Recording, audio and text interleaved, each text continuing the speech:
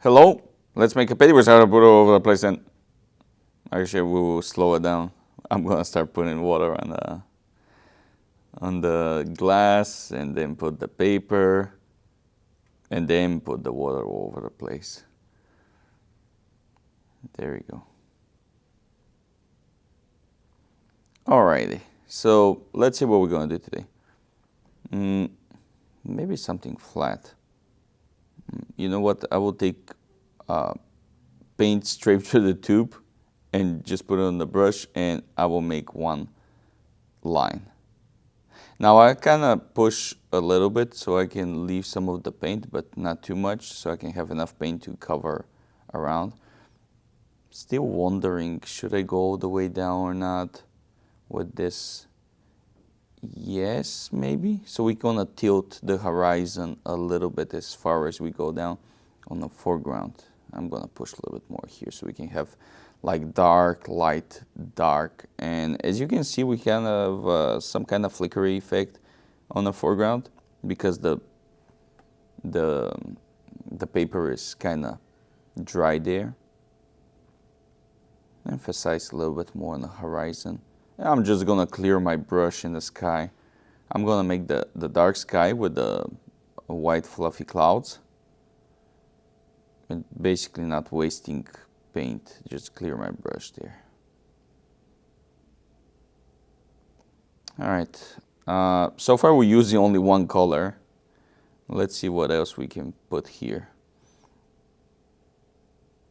I feel like it's gonna be more monotone, this one. Very simple. Alright, so I'm gonna take a little brush. Well, it's the same as the big one, it's just little version.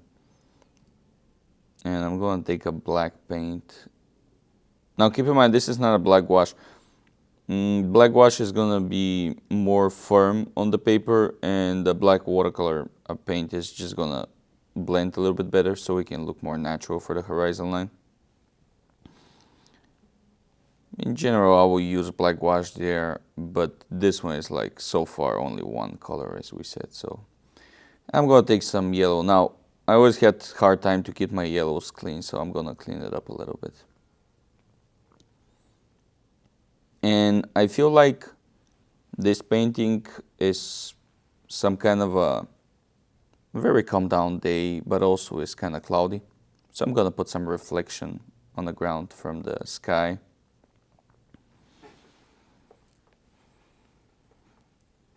Nothing too much, everything is floating around, so I'm gonna try to blend the yellow. Put a little bit more maybe in the midground. Yeah.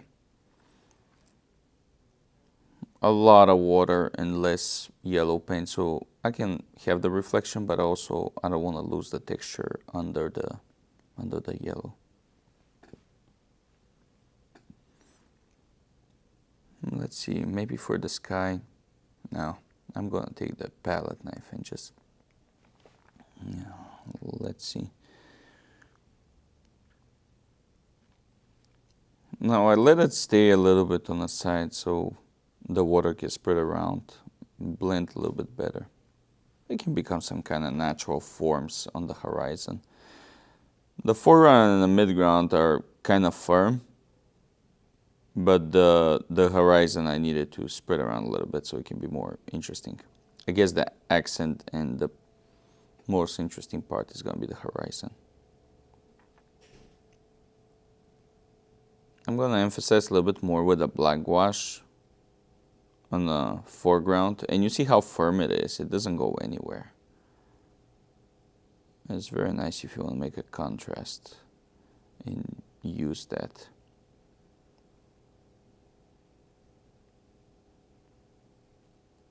I feel like we gotta change the sky a little bit.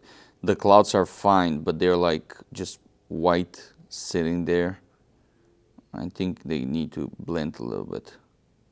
I'm gonna take some blue, and I don't wanna go like oversaturating, so just blue and water, a lot of water, and blend it. And I'm gonna cover only the top part of the clouds.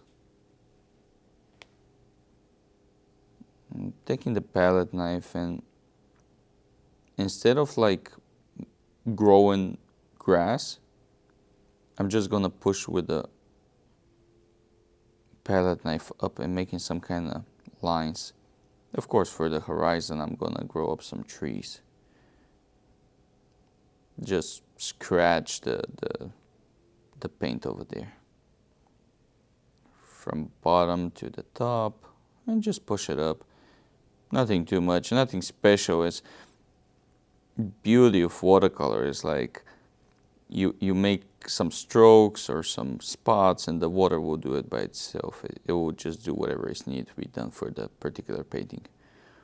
I'm gonna keep it very simple. And there you go, watercolor, abstract, landscape.